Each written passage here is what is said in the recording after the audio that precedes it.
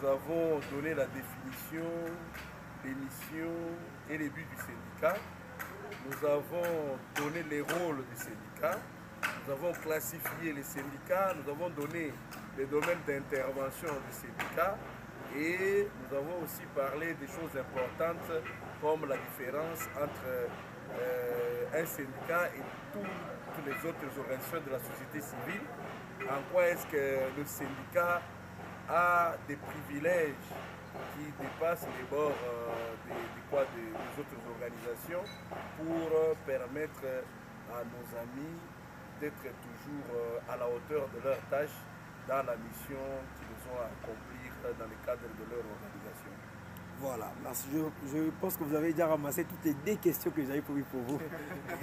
Comme bandeko ya biso ya belka oyo topesi ba notion donc oyo eza essentiel pour que vous ayez ba syndicat eza nini.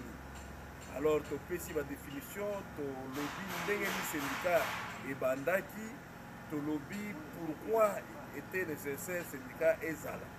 Topesi ba but to lakisi ndenge nini syndicat eza structuré, ba syndicat est jaune, syndicat régulier, syndicat champignon, syndicat parasite, mallette, biloko nyonso wana tolobi yango. Et puis toke koloba ndenge nini domaine nini syndicat ezosala mosala pour que soki makambo eleki comment oyeba ke makambo wana etali ngai en tant que syndicaliste.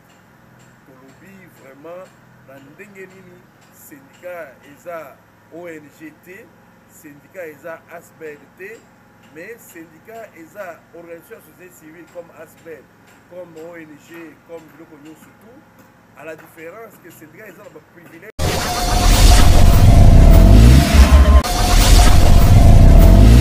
Abonnez-vous sur Okapi Communication. Abonnez-vous sur Okapi Communication. Abonnez-vous.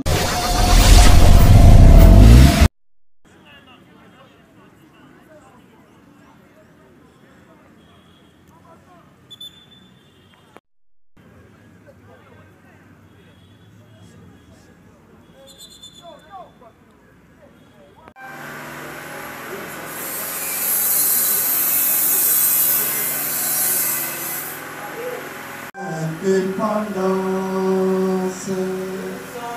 faut longtemps trouver, et pour démontrer nos les élégants dans la paix, au avec la paix, nous bâtirons un pays plus beau qu'avant, dans la paix citoyenne. Entonner l'hymne sacré de votre solidarité, fièrement saluer la même don de votre souveraineté. Congo, non béni, Congo, les aïeux, Congo, au pays.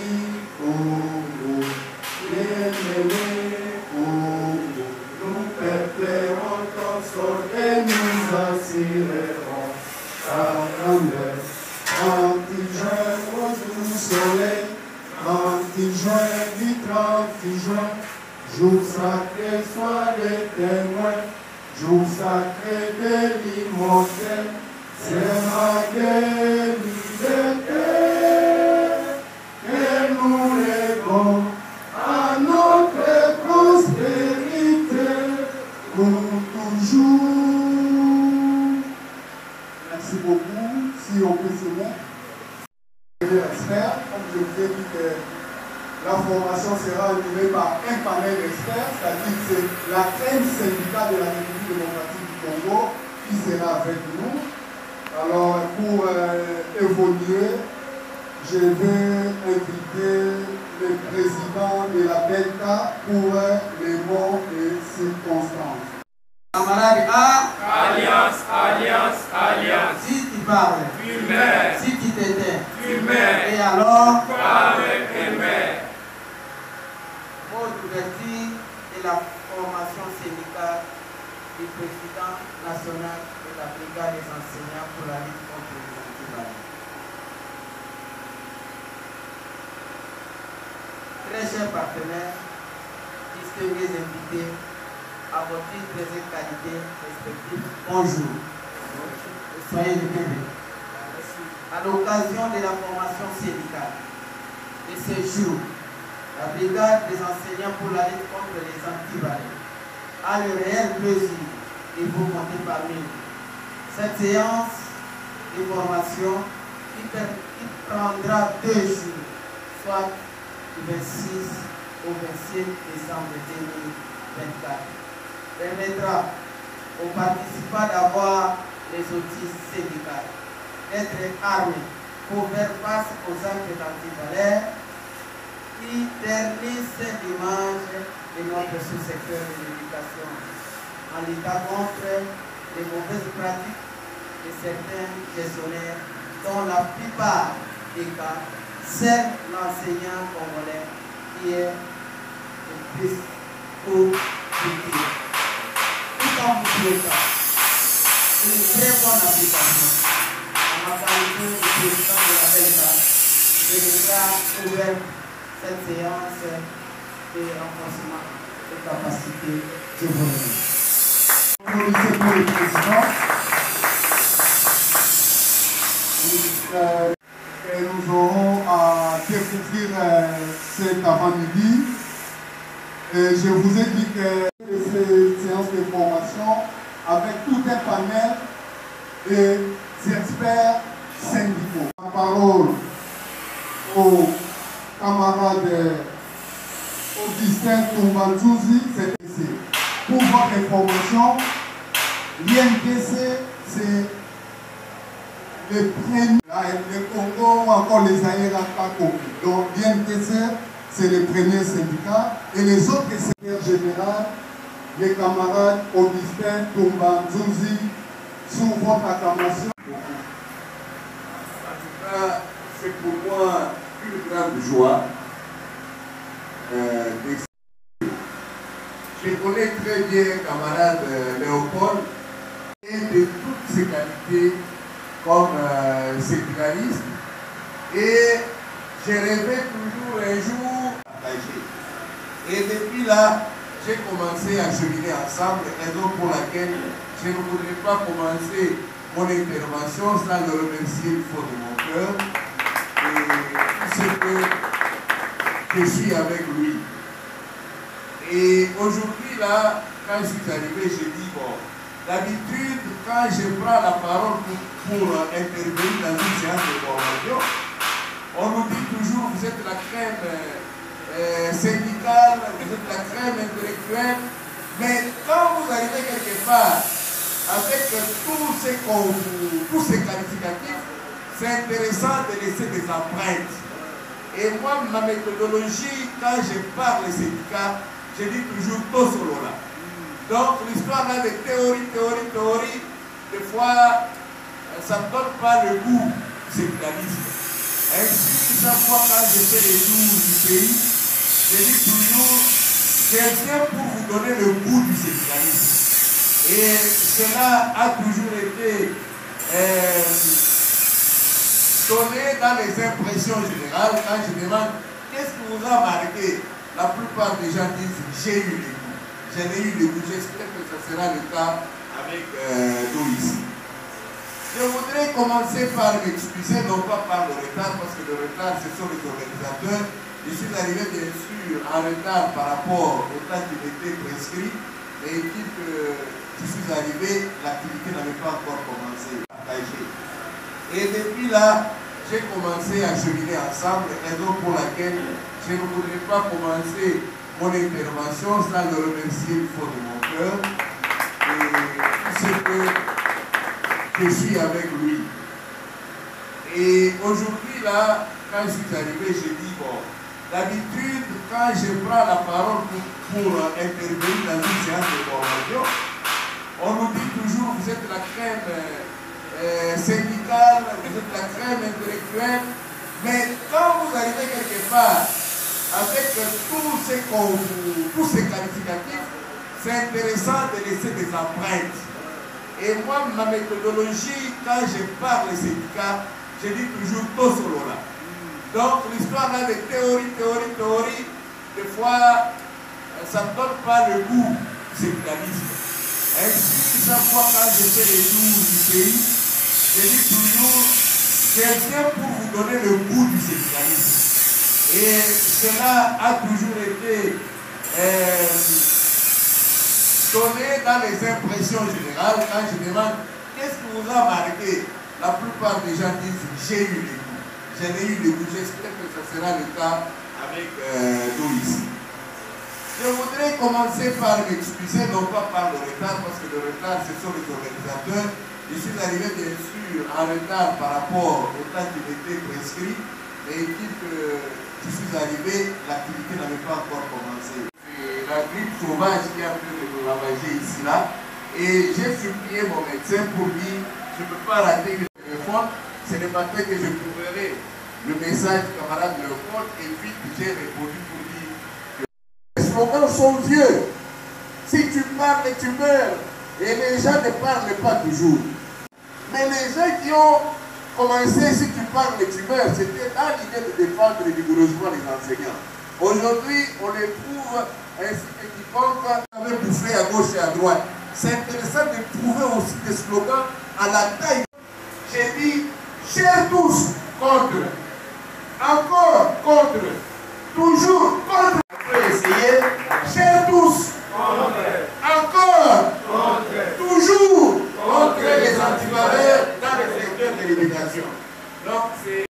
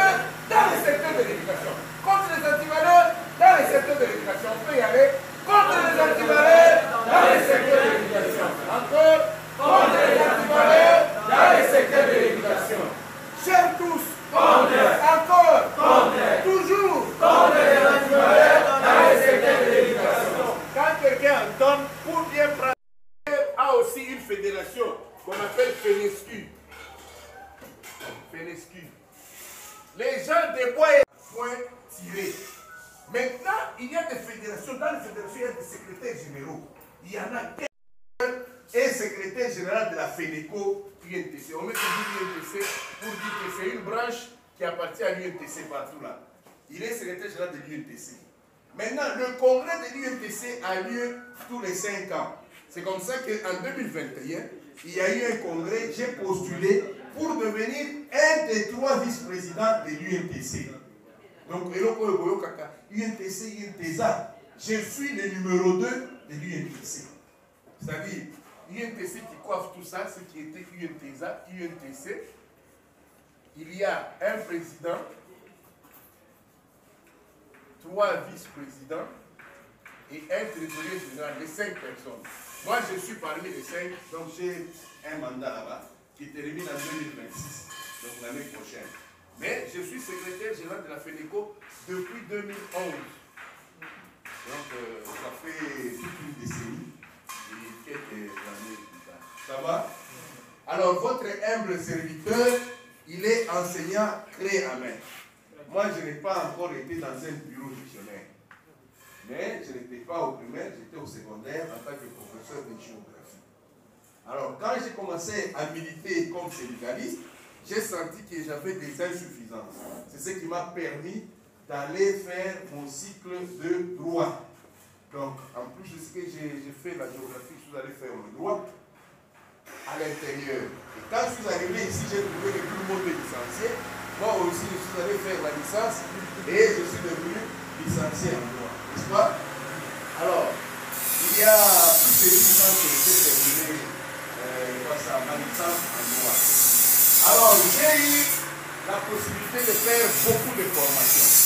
Notamment, les grandes formations syndicales se passent au Centre international de formation de l'OIT, c'est à Turin, en Italie. J'ai eu à être là-bas en 2011 et je suis rentré là-bas en 2014. Donc j'ai été à ce centre-là. En dehors de ce que j'ai été un peu partout au monde, j'ai fait ces formations-là. Alors, depuis que je suis dans le syndicat, j'ai représenté le syndicat d'Afrique centrale au niveau de l'OIS, Organisation internationale de la francophonie. Il y a les syndicats du monde qui se retrouvent dans un comité syndical francophone. J'ai été élu là-bas par mes collègues de l'Afrique centrale en 2012 quand la francophonie était à RDC. Alors le mandat là-bas était de 2 ans. Après 2 ans, en 2014, la francophonie était au Sénégal. Je suis allé là-bas, on a renouvelé mon mandat. 2 ans plus tard, en 2016, c'était à Madagascar, nous sommes allés là-bas, on a renouvelé encore mon mandat. Et en 2018, la francophonie était en France. La France avait des problèmes avec la RDC. On n'avait pas donné de visa à nous autres. Et c'est alors que j'ai perdu mon mandat. Donc jusqu'à présent, je suis le seul Africain à briguer 3 mandats dans cette structure-là. Alors, en dehors de ça, je suis dans depuis 2018. On a renouvelé le mandat l'année passée ici dans le cadre atlantique, donc j'ai encore 4 ans pour ce poste-là. Donc en dehors de ça, on travaille beaucoup avec l'interaction de l'éducation, parce que nous sommes partis de sélection affiliée à l'interaction de l'éducation. On travaille beaucoup, on a des projets de formation qu'on est en train de faire et qui sont en cours. Et d'abord, dans le cas de cette étude, la première formation de formateur de cette étude, moi j'ai participé à la formation pas seul avec un employeur et même avec le gouvernement. Alors, quel est le but d'un syndicat? Oh, plutôt, je voulais dire que le syndicalisme ici défini comme tel, c'est quand on parle des travailleurs, c'est le sens étymologique. Les employeurs aussi, quand ils ont vu que les travailleurs prenaient tout, ils ont commencé aussi à faire le syndicalisme, n'est-ce pas? Quel est le syndicat? Citez-moi un exemple d'un syndicat d'employeurs que vous connaissez ici. En RDC, oui? Non. C'est pour les médecins travailleurs. Pour les enseignants? Non, pour l'employeur. La FEC, vous avez déjà entendu parler de la FEC? La NEP, vous avez déjà entendu de la NEP?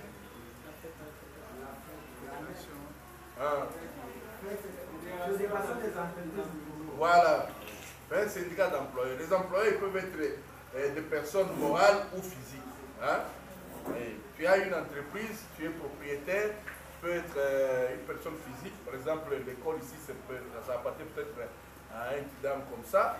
Tout comme ça peut être une personne morale comme Transco, c'est une personne morale. Ça va? Alors, nous allons parler des buts du syndicat. Quand on voit la Convention 87, nous avons les textes de loi qui nous régissent, qui régissent le monde syndical. On parle de la législation syndicale. Ici, chez nous, nous avons principalement, nous avons exclusivement 2 législations. Il y a ce qui régit les secteurs qui a le droit administratif avec en son sein le personnel régi par les statuts généraux et les statuts particuliers. Et puis, il y a les secteurs qu'on dit privés, là où il y a le code du travail. Ça va? Oui. Alors, nous avons ces 2 catégories des travailleurs et nous avons 2 catégories de syndicalisme. En ce sens que si tu veux œuvrer dans les secteurs privés, tu dois avoir tes documents au niveau du ministère du Travail. Tu veux œuvrer dans le secteur public, tu dois avoir tes documents au niveau de la fonction publique. Ça va? Alors, il y a la convention de l'OIT qui porte sur la liberté syndicale, c'est la convention 87. Alors, elle dispose à son article 10 que dans la présente convention, le terme organisation signifie toute organisation des travailleurs ou d'employeurs ayant pour but de promouvoir et de défendre les intérêts des travailleurs ou des employeurs. Donc, une organisation, les syndicats, c'est une organisation qui a pour but de défendre les intérêts des travailleurs, et puis entre parenthèses des employeurs aussi.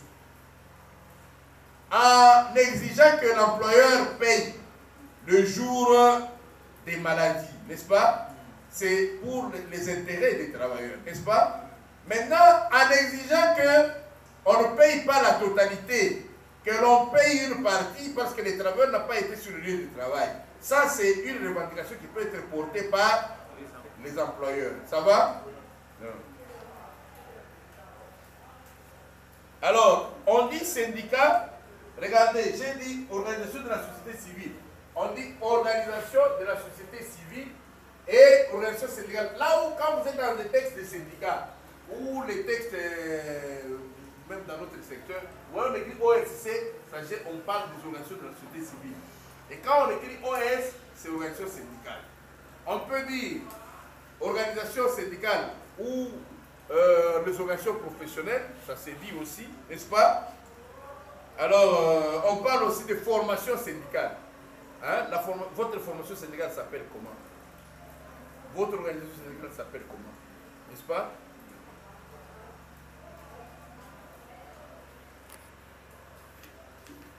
Quelle est la mission du syndicat? La promotion de l'homme et son émancipation. Le syndicalisme met en exergue la question de la formation.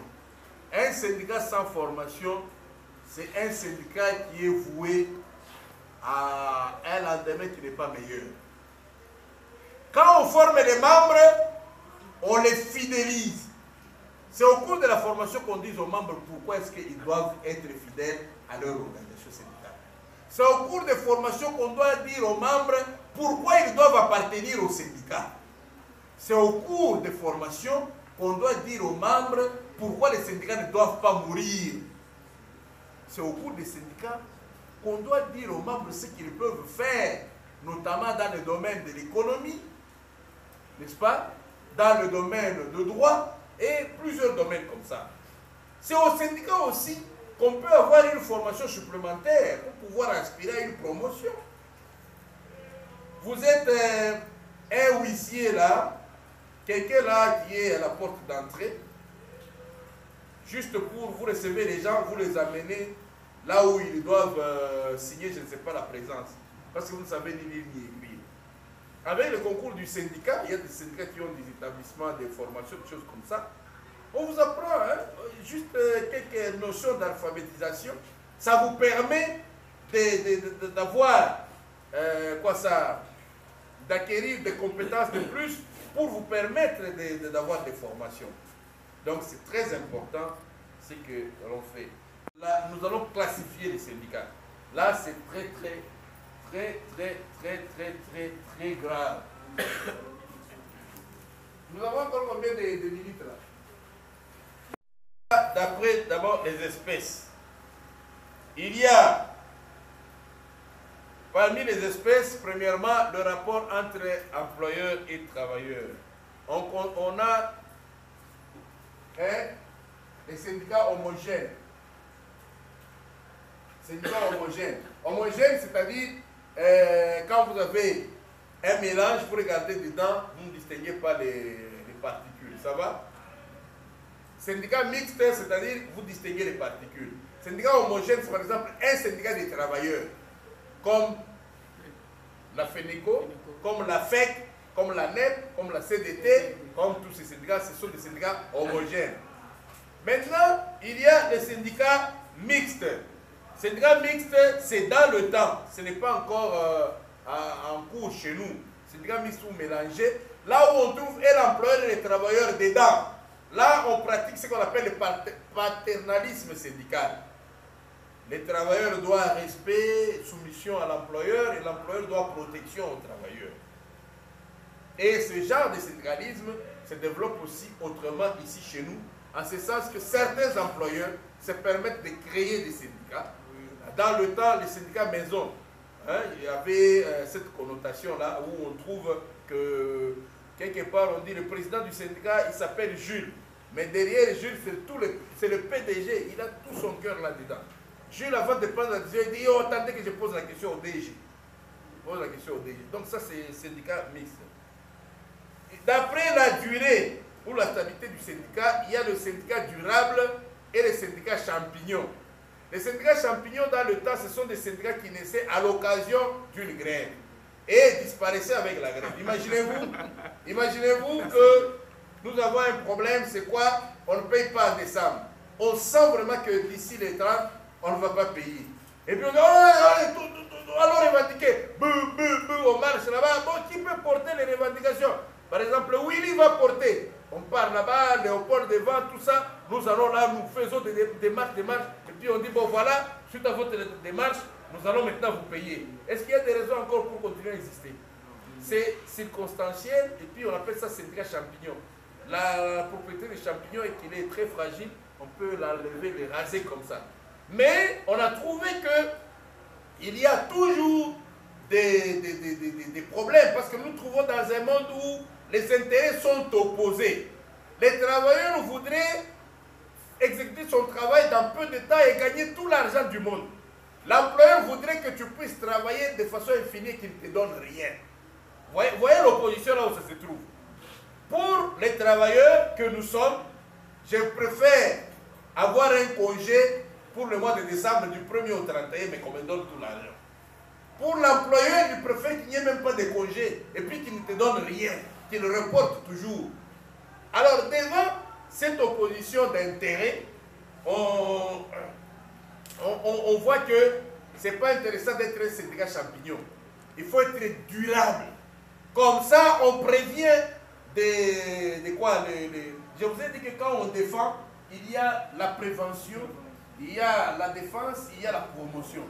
Donc, on doit être présent pour promouvoir nos droits, de telle sorte que quand l'employeur attaque, nous avons déjà mis une barre de fer très solide pour qu'il ne pénètre pas dans les cœurs de nos intérêts.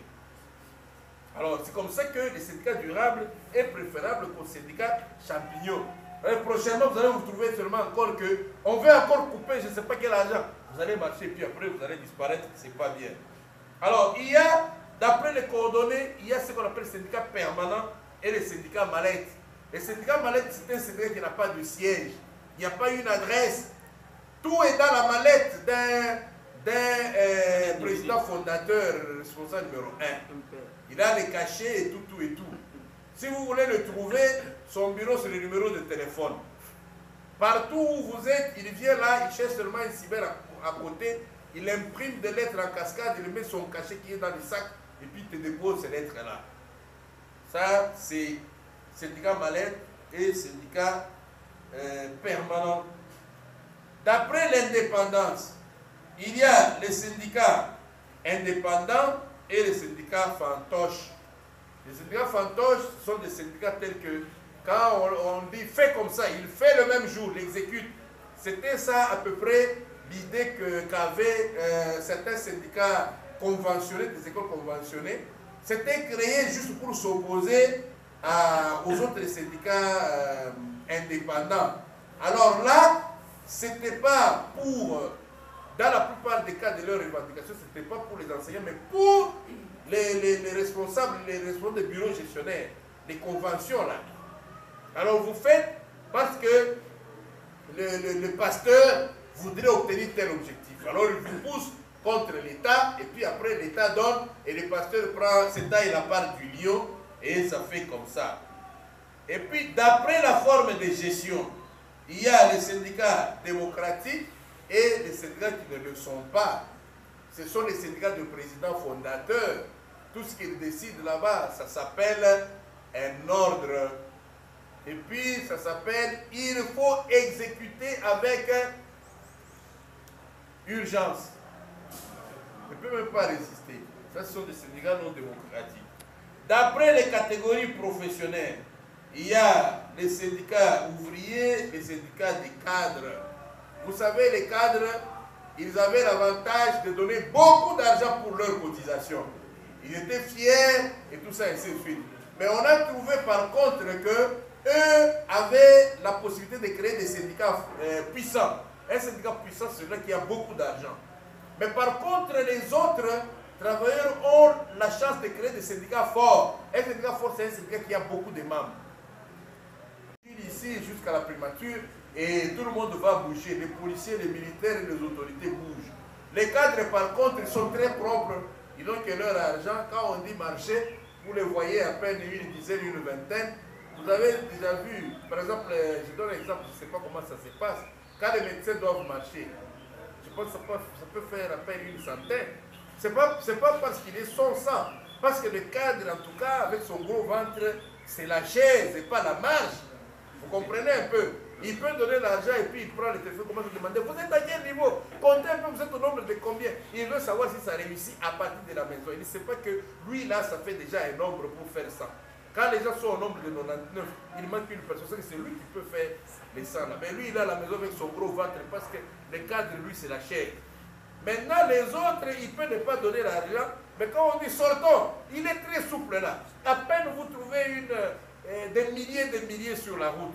Alors, ce qui fait qu'on ne constitue pas moins une force.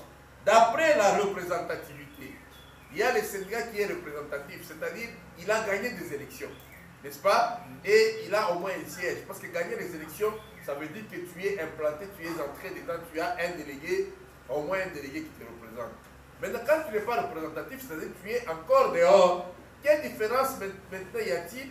Celui qui a gagné les élections, il peut parler au nom de beaucoup.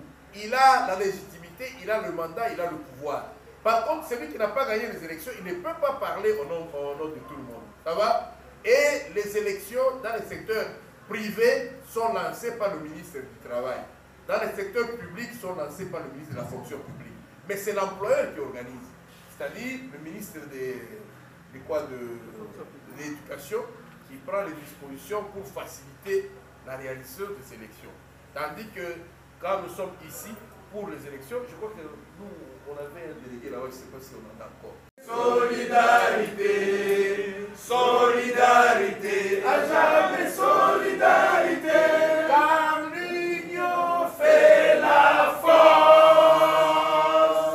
Solidarité, à jamais solidarité, solidarité, à jamais solidarité, solidarité, à jamais solidarité, car l'union fait la force. Chers tous, encore, toujours, contre les antivalets dans les secteurs de l'éducation.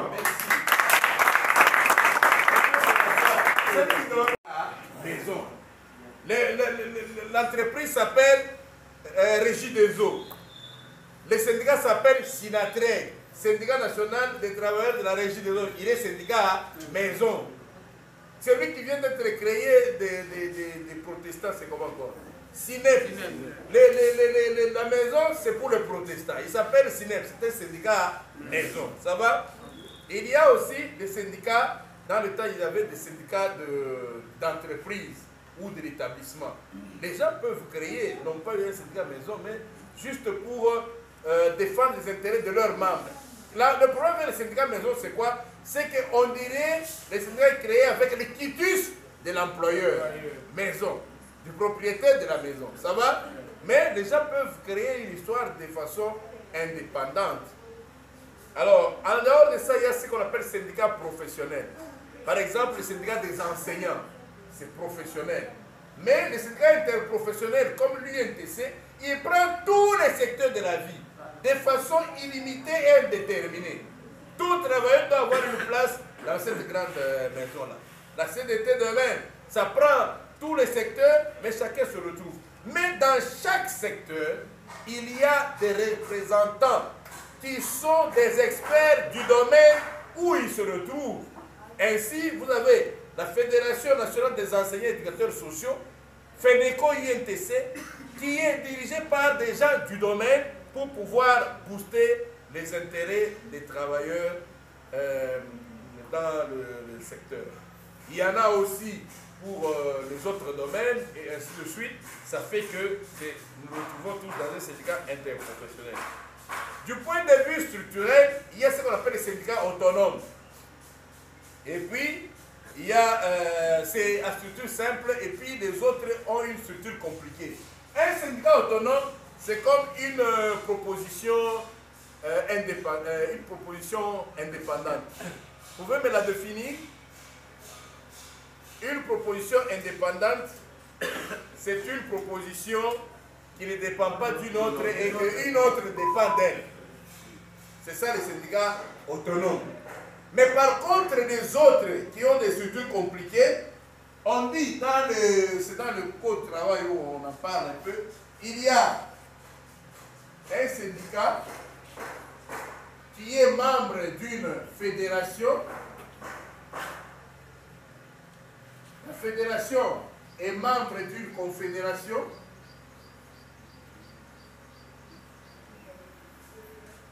Et la confédération est dans une union. C'est ça qu'on a créé, Union nationale des travailleurs du Congo. Parce que ça veut ramasser, et les confédérations, tout et tout, ça fait ça.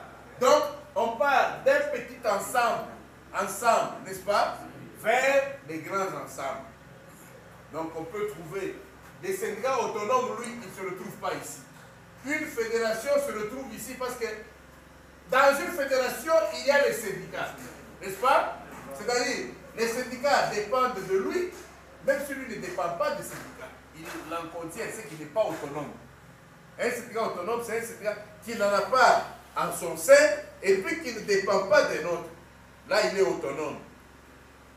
Il y a toute une grande confédération là-bas, on a pris seulement les autonomes pour les rendre encore plus autonomes. C'est CGSA, quelque chose comme ça. CGSA, vous n'allez pas le voir apparaître comme syndicat comme ça.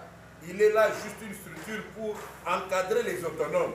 Sinatreg, Sato CC, Sinabat, si c'est quoi là-bas. Tous se retrouvent dans ces trucs là-bas, mais ils sont autonomes, dépendent de personne dépend d'eux.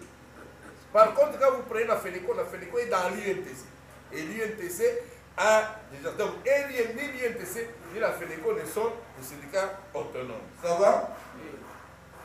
Alors, du point de vue type de couverture, il y a une couverture géographique. Par exemple, le syndicat de Kinshasa, qui n'est qu'à Kinshasa.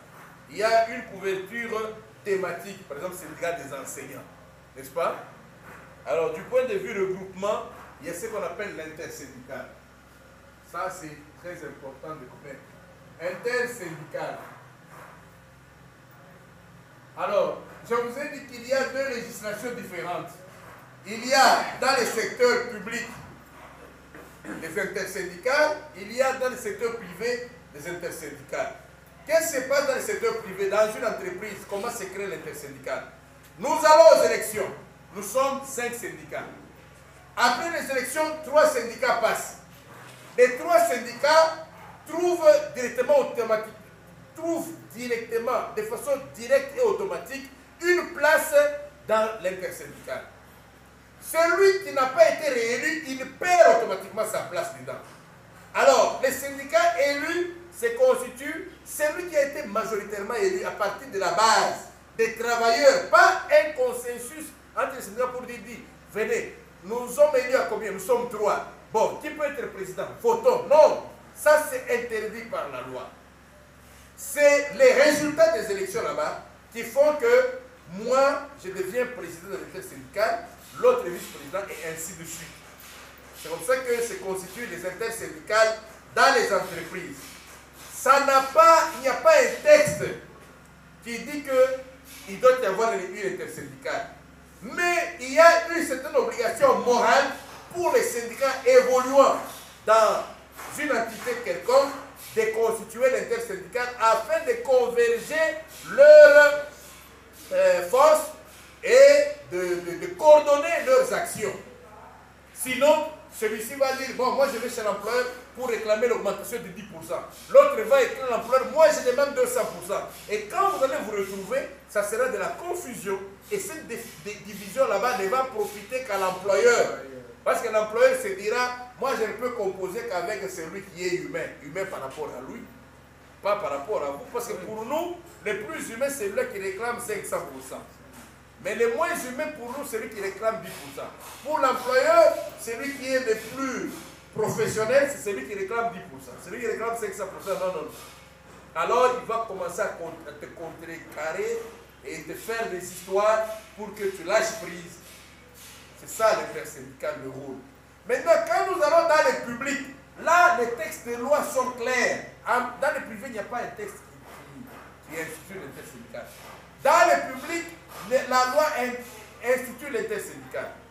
À la fin des élections, le syndicat majoritaire constitue ce qu'on appelle l'intersyndical, qui est présidé par les syndicats ayant requis la majorité de voix lors des élections. C'est là qu'il préside l'intersyndical. Et dans tous les cas, dans le privé comme dans le public, le syndicat qui échoue, ça ne veut pas dire que le syndicat est effacé. Il reste là avec ses membres qui ont voté pour lui pour continuer à les défendre de façon individuelle. Mais dans le cadre du dialogue social, des relations quotidiennes, des revendications, c'est les syndicats qui sont élus, qui sont en train de travailler. Ça va? Alors, légal dans le secteur public. Mais quand il n'y a pas d'intersyndical, il faut nécessairement qu'il y ait une intersyndicale de fait. Par exemple, avant les élections de 2013, dans tous les secteurs de la fonction publique, il y avait des intersyndicales de fait. Nous, on en était membres. Ça va? Maintenant qu'il y a eu élection, plus question d'intersyndicale de fait. Mais par contre, dans les provinces où les élections n'avaient pas eu lieu, on est obligé de faire des intersyndicales de fait. Et l'intersyndical, c'est ça le terme qui convient pour vous les provinciaux. Au lieu de dire, nous sommes dans je ne sais pas moi, comment vous appelez ça? Non, vous appelez ça quoi? Collectif, tout ça, ça ne convient pas. Ce qui convient, c'est l'intersyndical. Et quand vous dites intersyndical, directement on comprend, ce sont les syndicats qui œuvrent ensemble pour converger leurs efforts et patati patata. Quand vous dites collectif, synergie, tout ça, bon, on comprend que ce sont souvent des structures créées de façon spontanée, comme des syndicats champignons, qui devraient en principe disparaître après une certaine situation. On comprendrait pour dire, on a créé ça en attendant les élections. Mais puisqu'il y a un vide, on peut créer, par exemple, aujourd'hui, il y a des élections au niveau national. Il doit y avoir une intersyndicale au niveau national. Mais quand il y a divergence, les gens, par exemple, qui ne sont pas de l'intersyndicale, ils peuvent dire, bon, nous créons notre bloc qui s'appelle collectif ou quoi là, juste pour ça, comme il y a bien sûr la synergie. La synergie est là, non pas de façon indéterminée. Elle s'est dit, créons une histoire, mais l'idée d'un syndicaliste, c'est vrai, c'est de mettre les efforts ensemble. Il crée la synergie pour dire, non, un jour, on va se mettre ensemble et nous allons travailler parce que nous tous, nous sommes en train de travailler pour défendre et promouvoir les intérêts des membres. Il n'y a personne qui fait pour sa femme et ses enfants. Au moins ceux-là que vous connaissez. Alors, il y a des regroupements, d'ailleurs j'ai déjà dit, les collectifs, tout ça, en dehors du truc. Je pense que c'est à ce niveau ici. Je vais laisser mon brouillon, n'est-ce pas?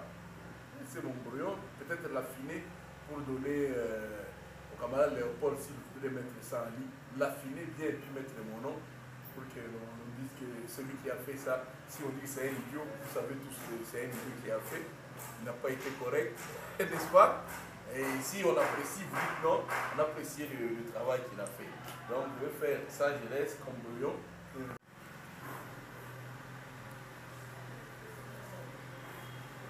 Le rôle revendicatif, ça veut dire quoi? Ça veut dire que le syndicat joue le rôle de revendiquer. Quelque part, nous étions à Bibois, un représentant du gouvernement dira le rôle revendicatif est déjà révolu. Maintenant, c'est le rôle participatif. Il n'existe pas de rôle participatif. À partir du moment où le rôle revendicatif est révolu, le syndicalisme peut fermer ses portes et puis partir. Parce que chaque fois qu'il y aura un problème, c'est encore dans notre pays, quels sont les problèmes qui ne manquent pas? D'abord, commençons par les salaires. Pour que les salaires augmentent, il faut revendiquer. Pour être bien payé à la banque, il faut revendiquer. Pour avoir le matériel, je ne sais pas, didactique à l'école, il faut revendiquer. Donc le rôle revendicatif, c'est le propre d'un syndicat. Un syndicat qui ne revendique pas, on peut dire on ferme la porte et puis il part. Deuxième rôle, le rôle représentatif. Ce rôle nous différencie de toutes les autres organisations de la société civile. Nous, au moins en tant que syndicat, nous pouvons prendre une décision au nom de nos membres et nous signons, ça engage tous les membres. Mais la société civile, une organisation de la société civile, aucune autre ne peut le faire à notre place. Le rôle représentatif. Et quand nous devons nous présenter, nous disons nous sommes syndicats, il faut qu'on voie à nous. Ça, c'est aussi un problème de niveau d'éducation que nous avons. Que nous puissions nous sentir que nous portons la charge de tout le monde. Il ne faut pas que vous êtes au niveau national, vous posez des problèmes, le problème semble concerner seulement la commune de Gombe. Non, de la Gombe, non. Quand vous parlez, on sent que vous avez pris toutes les revendications de la République. Déjà, quand vous dites que la Caritas paye mal, on comprend que ce type est à Kinshasa, il parle de choses qui se passent à Moueka, qui se passent, je ne sais pas, dans quel coin et les coins encore, où jusqu'à présent, les gens ne sont pas encore payés depuis 2 mois et ainsi de suite. Donc, le rôle représentatif doit se jouer convenablement. C'est pourquoi, quand vous êtes syndicaliste, il faut savoir que c'est un risque que vous courez. Vous risquez, à cause de vous, on risque d'oublier toute une grande partie de la République. Comme la fois passée, on avait accordé les indemnités de transport et de logement aux seuls enseignants de Kinshasa et de Lubumbashi à un certain taux, et les autres un taux moindre, et à certains autres, on n'a rien donné. Heureusement que ça ne venait pas des syndicats, mais malheureusement que ça continue à frapper jusqu'à aujourd'hui. Il y a des différences de salaire qui découragent beaucoup. Des différences de salaire qui nous mettent toujours très mal à l'aise. Il y a le rôle normatif. Normatif. Dans normatif, il y a règles, normes. Les normes sont les règles. Par exemple, on ne peut pas concevoir un calendrier scolaire sans associer les syndicats. On ne peut pas concevoir un texte de loi qui concerne les enseignants sans les associer. Par exemple, le code 22. On nous a associés intimement. Nous nous sommes retrouvés à Mbouela, on a travaillé, et puis le texte est revenu, on a appelé tout le monde. C'est le rôle normatif. Il y a des normes qui doivent sortir, et jamais sans le concours des enseignants. Calendrier scolaire, je ne sais pas moi, les statuts particuliers des enseignants qu'on est en train de faire. Et même au niveau de l'école, si on veut faire les règlements intérieurs, on ne peut jamais le faire sans associer les enseignants, d'autant plus que ça les concerne directement. Le rôle éducatif. Le syndicat doit éduquer ses membres. Et dans notre secteur, comme dans le secteur privé, chaque personne a droit au moins à 12 jours de congé pour la formation syndicale. Surtout les délégués, ceux qui sont élus. Ils doivent faire au moins 12 jours chaque année.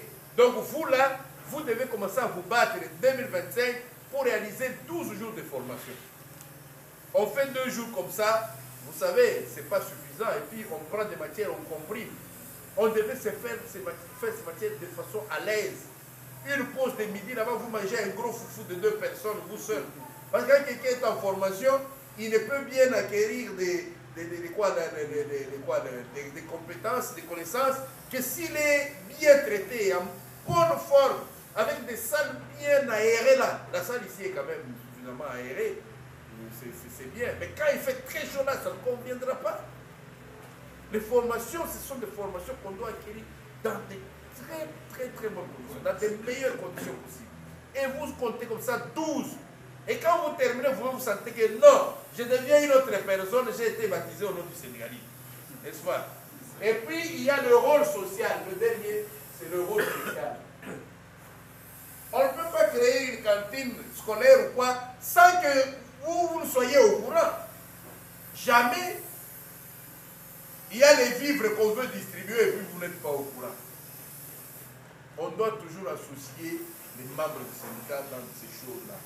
Donc, voilà les rôles du syndicat. Il y en a 5, il n'y en a pas 6. Il n'y a pas le rôle participatif. Il n'y a pas à inventer, il n'y a pas à soustraire. Alors, cela nous donne la charge de parler des domaines d'intervention des syndicats. Il y a quelque part, quand vous êtes assis comme ça, quelque chose se passe, vous voyez quelqu'un dire « Oh, pourquoi on a fait ça sans moi ?» Donc, tu as acquis les réflexes des syndicalistes. On est là, on est en train de distribuer les vivres. Oh, va vivre où tu vas, même si ce n'est pas l'argent de ta poche. Mais ça doit t'inquiéter. Parce que tu as joué le rôle social. Tu te retrouves là-bas, on a pris les manœuvres, on a donné un sac de riz, les cadres 20 sacs de riz. C'est justement pour éviter ces injustices là-bas que l'on doit vous associer depuis le début. La préparation, même la distribution, vous devez être associés. Ça va? Alors, les dimensions du syndicat, nous avons la dimension sociale. C'est-à-dire, quand il y a les domaines qui concernent le social au niveau de l'école, vous devez être associés. On veut changer d'hôpital, on doit vous associer. On veut créer la mutuelle de santé comme nous l'avons créée là. Je vous informe que nous sommes parmi les gens qui ont créé la mutuelle de santé. On doit vous associer. On vous associera non seulement directement, mais aussi indirectement. Tant que vos représentants que vous reconnaissez sont associés, c'est que vous êtes associés. Il faut accepter cette histoire de bon cœur. Quand votre représentant vous représente mal, vous n'avez qu'à vous en prendre à lui. N'est-ce pas? Il est parti, nous sommes allés négocier pour qu'on coupe à chacun 5 000 francs, afin de renforcer la mutuelle de santé pour qu'elle soit performante, qu'elle couvre toute la République. Cela est une revendication qui est venue à partir de certaines provinces qui disaient que comment se fait-il qu'on nous coupe tout son argent pour la mutuelle de santé, mais nous on n'en bénéficie pas. Il fallait leur expliquer qu'on ne vous a jamais coupé un franc. Regardez partout, il n'y a pas un franc pour la mutuelle de santé.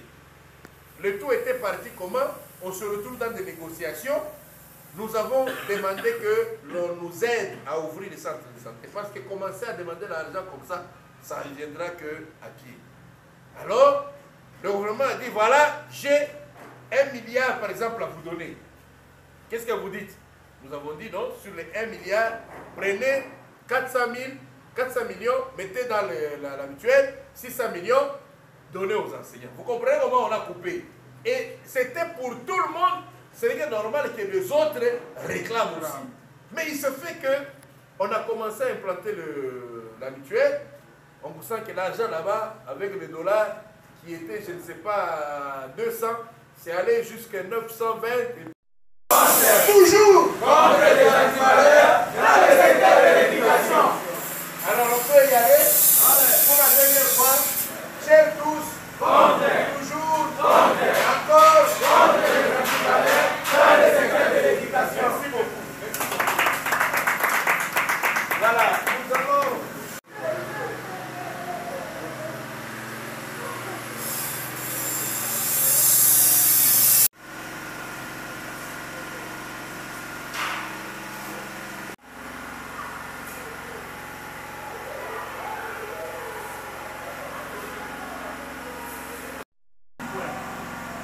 Le dernier point que vous pouvez éliminer, c'est ce que vous avez retenu. C'est ça. Maintenant, on attend le point. On gagne. Ça a commencé comme il y a eu ça en 1967, quand Mobutu avait demandé que tous les syndicats se mettent ensemble, n'est-ce pas? Après, c'est depuis UNTESA, on a retourné le nom des Zaïre, n'est-ce pas? De toutes les façons, ma voix porte, n'est-ce pas? On peut économiser les batteries. Alors, c'est redevenu UNTESA. Et constitue une fédération professionnelle. Par exemple, pour l'enseignement primaire, secondaire, a aussi une fédération qu'on appelle FENESCU. FENESCU. Les gens des bois et... La grippe sauvage qui a pu nous ravager ici là. Et j'ai supplié mon médecin pour dire, je ne peux pas rater le téléphone. C'est le matin que je trouverai le message du camarade Léopold. Et puis j'ai répondu pour dire que les slogans sont vieux. Si tu parles, tu meurs. Et les gens ne parlent pas toujours. À 300, ça devient un problème. Tout ce qu'on devait faire, ça devait s'estopper. Alors, les autres réclament. Qu'est-ce qu'il faut faire? On a vu les amis de Sud Kivu. Eux, ils se sont débrouillés pour couper, dans ce qu'on donne à la mutuelle ici, couper quelque chose pour ouvrir leur propre mutuelle. On a dit non, si ça se passe comme ça, c'est une désordre. À ce moment-là, tout le monde donne. On commence d'abord les travaux qu'on fait ici, qu'on essaye un peu de l'implanter partout. Maintenant, on verra après ce qui va advenir. C'est ce qu'on a fait, nous avons décidé. Mais si nous avons décidé mal, n'allez pas dire, oh, ne me coupe pas. Non! La possibilité que vous avez à faire, c'est de refuser vos représentants. C'est la possibilité.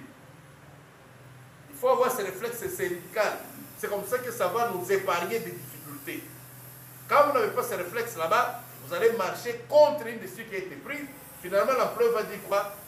Vous ne vous faites pas bien représenter, par conséquent, je ne négocie pas avec vous. Et il va commencer à chercher maintenant, lui, avec qui négocier. Alors qu'il prendra tous les traîtres et les traitages et les traitements, il va les mettre devant lui, et puis il va faire des choses, et puis vous allez vous retrouver devant des faits accomplis. Voilà. Il y a le rôle social, le rôle économique. Il est prévu que le gouvernement, comme dans les privés là-bas, l'employeur, qu'il communique quand même comment évoluer. On doit nous dire, le budget est de autant. Pour l'éducation, c'est autant. Vous avez autant. Et c'est sûr que nous puissions voir à quelle mesure nous devons revendiquer. Si toi, tu ne me dis pas ce que tu as, moi, je vais te réclamer ce que tu n'as pas. N'est-ce pas? Vous êtes à la maison avec les enfants. Vous montrez que vous avez des moyens de façon illimitée. Vous-même, vous n'avez pas de voiture. L'enfant va vous réclamer la voiture que vous n'avez pas. Qu'est-ce que vous allez dire? Vous serez en conflit indéterminé. Pourquoi? Parce qu'il y a ce qu'on appelle la transparence, la communication des informations sensibles pour permettre à ne pas poser des revendications démesurées. Il y a la Caritas qui prend tout notre argent, il traîne avec ça 3 mois, 4 mois, tout ça. Maintenant, nous sommes dans les démarches de demander à ce que nous puissions créer notre banque des enseignants. Parce qu'on constate que là où il va payer, il arrive par exemple, s'il a la possibilité d'arriver à Ilebo, il arrive à Ilebo, l'enseignant de Moueka doit faire le pied pour arriver à Ilebo, il lui donne l'argent, lui il prend l'argent, il va payer. Autant nous-mêmes faire ce travail, comme ça l'enseignant qui fait là-bas, nous, en plus de ce qu'il a fait, ça, nous le payons même, les transports, nous supportons, que d'aller griffonner dans l'argent des enseignants pour payer son transport. À ce moment-là, on peut dire, le Caritas prend tout ce qui lui revient, il prend. Les pourcentages pour le convoi, il prend. Tout, il prend. Mais payer, il ne paye même pas. Vous demandez ici, oh non, moi, qu'à l'argent depuis la semaine passée. Vous demandez sur place, il n'y a pas d'argent. Alors, ça fait quoi là? Mais par contre, nous-mêmes, nous avons le souci de nous-mêmes. Nous pouvons créer une histoire comme ça. À ce moment-là, on résolverait beaucoup de problèmes. Le rôle juridique, c'est à peu près le rôle normatif. Chaque fois, nous devons faire un effort pour avoir des techniciens et tout ça, et ainsi de suite, pour que nous puissions être à la hauteur des discussions, pour que nous puissions élever notre niveau d'intervention. On nous appelle dans des réunions où, des fois, tu te mets comme ça du début à la fin, tu ne dis rien. Pourquoi? Parce que la question est tellement à une certaine portée que tu es responsable d'un syndicat, tu dois savoir que tu dois apprendre des choses. Quand tu apprends des choses, alors tu te perfectionnes et tu deviens utile. Non seulement pour les membres, mais aussi pour le gouvernement, parce que le gouvernement a besoin d'un point de vue du syndicat. On lui oblige de chercher ce point de vue là-bas.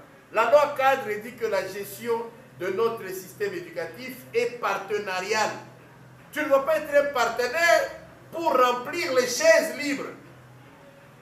Pour occuper des chaises libres, voulais-je dire. Tu vas être un partenaire pour intervenir, pour aider, pour faire changer des décisions, par exemple, qui vont à l'encontre des desiderata des enseignants.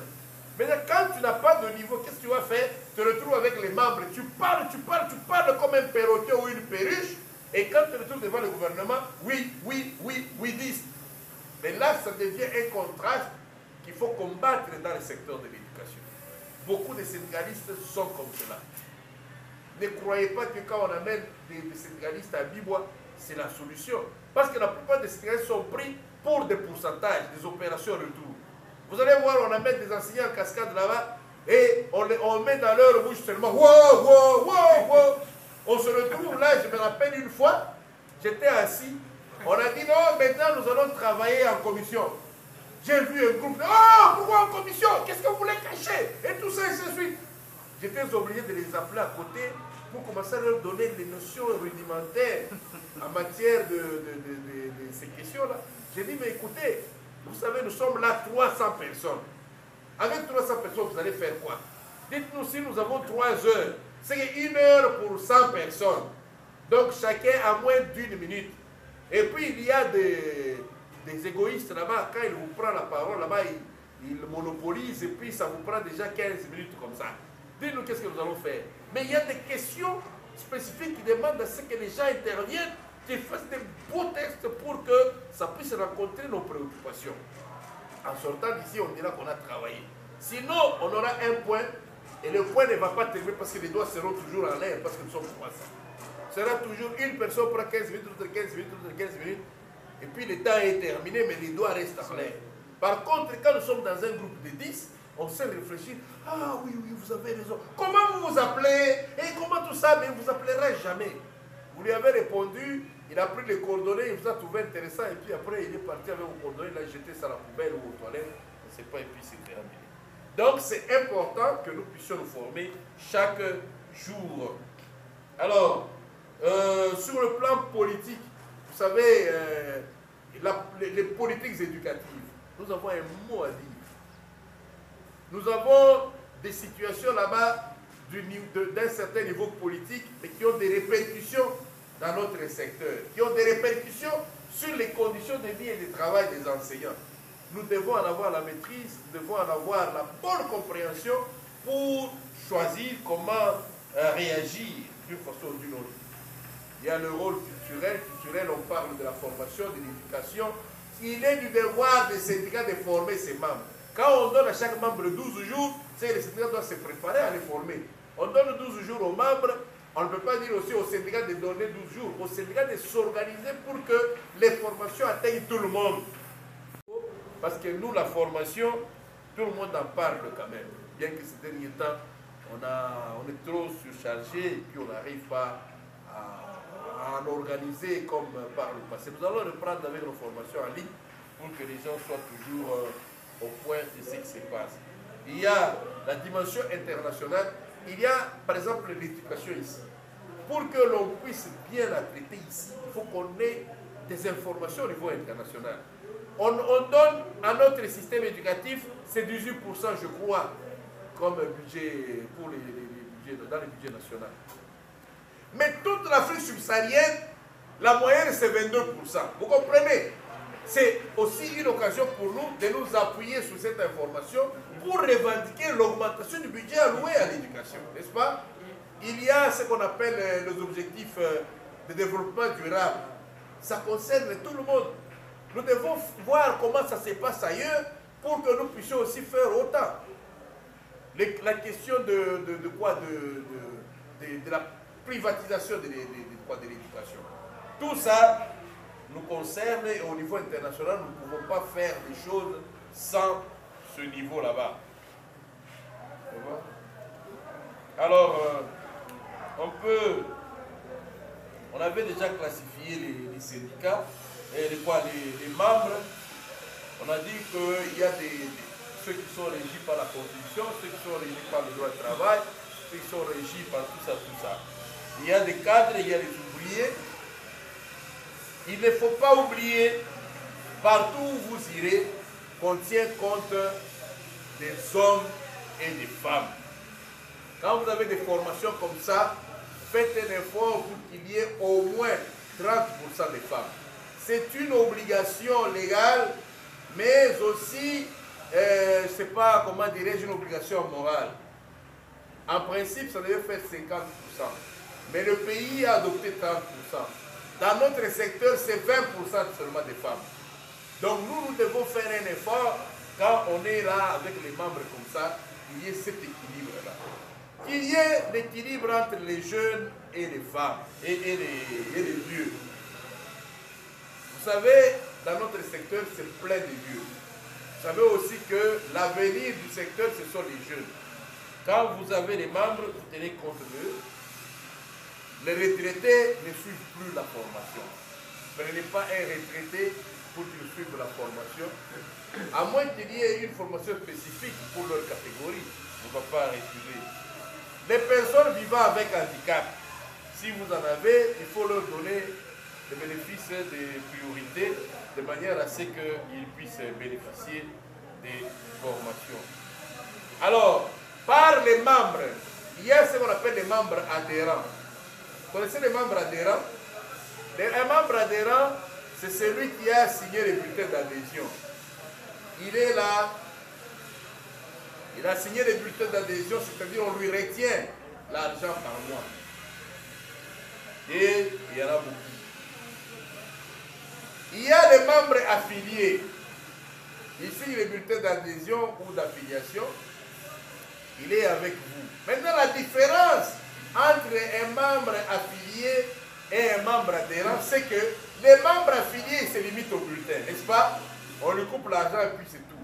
Les membres adhérents, il adhère, il fait corps avec vous. Il devient vous-même. Ça va? Et ce sont des membres comme ça qu'on voudrait avoir pour l'avenir de l'organisation. Il y a les membres sympathisants. Celui-là, peut-être, ne te signe même pas les bulletins. C'est peut-être votre voisin. Chaque jour, tu lui dis, signe les bulletins. Ah, bon, sur la Macambouane. 2 jours après, il vient. Qu'est-ce qu'on a dit là? Je t'ai suivi à la télévision. Tu nous racontes, tu nous racontes. Ce sont des gens, des fois, qui nous consomment plus d'énergie. Il n'est pas engagé et il est là, comme ça, là, rien qu'à avoir des informations. Je vous ai dit qu'avoir l'information, c'est déjà un pouvoir. Nous avons toujours l'habitude de faire que ceux-là qui sont nos responsables, comme les camarades de Léopold, tout ça, il y a un groupe, là où ils sont, nous prenons certaines informations, on les met à leur disposition. On ne les met pas chez tout le monde. Pourquoi? Pour qu'ils soient responsables. Imaginez que l'information traîne chez tout le monde. Les gens vont être motivés comment à chercher l'information. Mais par contre, s'il y en a des gens qu'on voudrait faire leader, lui, ils ont l'information. C'est chez lui qu'on se réfère, n'est-ce pas? Ça augmente son pouvoir. Ça va? Il y a les membres hostiles au syndicat. Lui, là, il a été dans un syndicat. On l'a chassé et personne ne voulait de lui. Quand tu viens pour lui parler de syndicat, il peut même te gifler. Il en existe comme ça. Il y a les membres des affiliés. Quelqu'un qui avait des illusions, il arrive dans un syndicat, il voit qu'au syndicat, on est en train de distribuer les biscuits. Il trouve que ce sont des réunions tous les jours sans argent. Et puis après, il quitte. Il commence à chercher ailleurs. Ou bien qu'il est ailleurs, il est le président numéro 1 du syndicat. Quand il quitte là-bas, il va ailleurs. C'est pour troubler là-bas et puis redevenir aussi le numéro 1. On a des gens comme ça. J'ai toujours dit que quand quelqu'un quitte son syndicat et vient chez nous, on l'observe, on ne lui donne pas de responsabilité tout de suite. Quand on lui donne des responsabilités tout de suite, c'est tout de suite là-bas, il commence à prendre des habitudes d'ailleurs, il les ramène même. Ou bien, s'il est dans le carré là-bas des gens qui décident, il va combattre les gens. Il ne sera pas quelqu'un vraiment dévoué pour travailler pour les syndicats. Il y a les militants, là c'est très intéressant. Les militants, ce sont ceux-là que moi je considère toujours comme des cadres au syndicat. Un militant, c'est difficile de définir, hein, un militant. C'est à peu près comme un certain Saint-Jean qui définissait le sous-développement, il comparait le sous-développement à une girafe. Il dit une girafe, c'est difficile à définir. Mais quand tu rencontres une girafe, tu dis, ça c'est une girafe. C'est à peu près avec un militant. Qu'est-ce que tu ne vas pas dire du militant? Qu'est-ce que tu vas dire du militant? Un militant, c'est quelqu'un qui est toujours positif par rapport à son syndicat. Quand il se retrouve dans n'importe quel milieu, il crée toujours une occasion pour parler de son syndicat et positivement.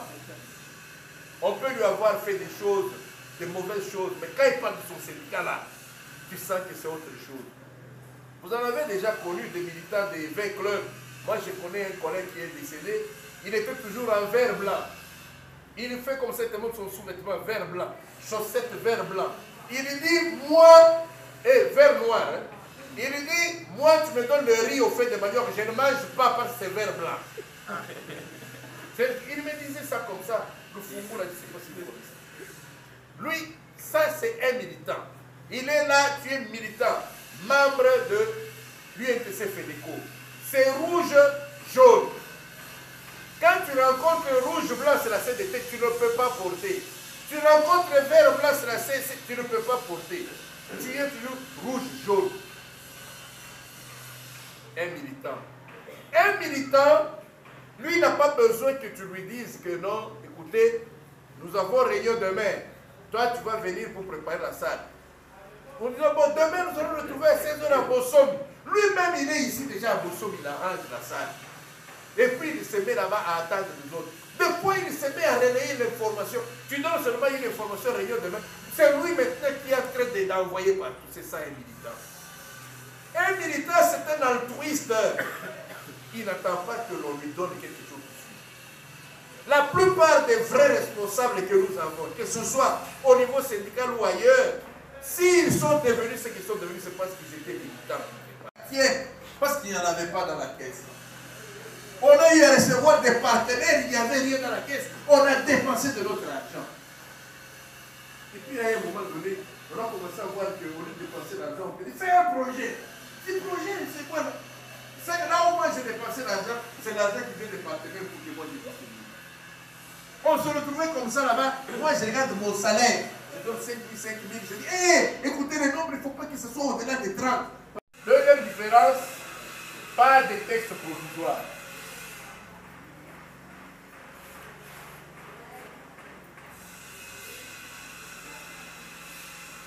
Troisième différence, en plus de la liberté d'association, les syndicats jouissent de la liberté syndicale.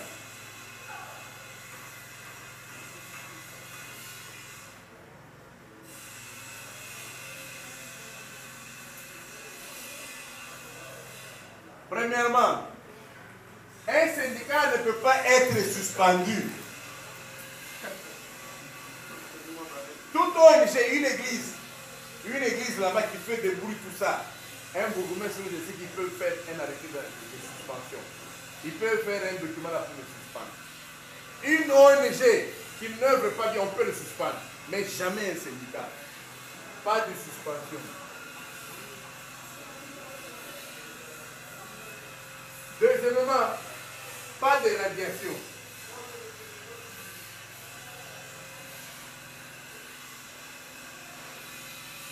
Et le tout, c'est au niveau du tribunal. Ça va?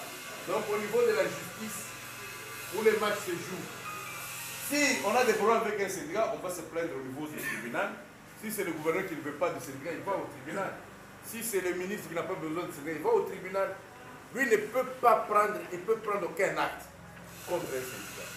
Donc ça, ce sont des différences majeures entre toutes les autres organisations de société civile et les syndicats.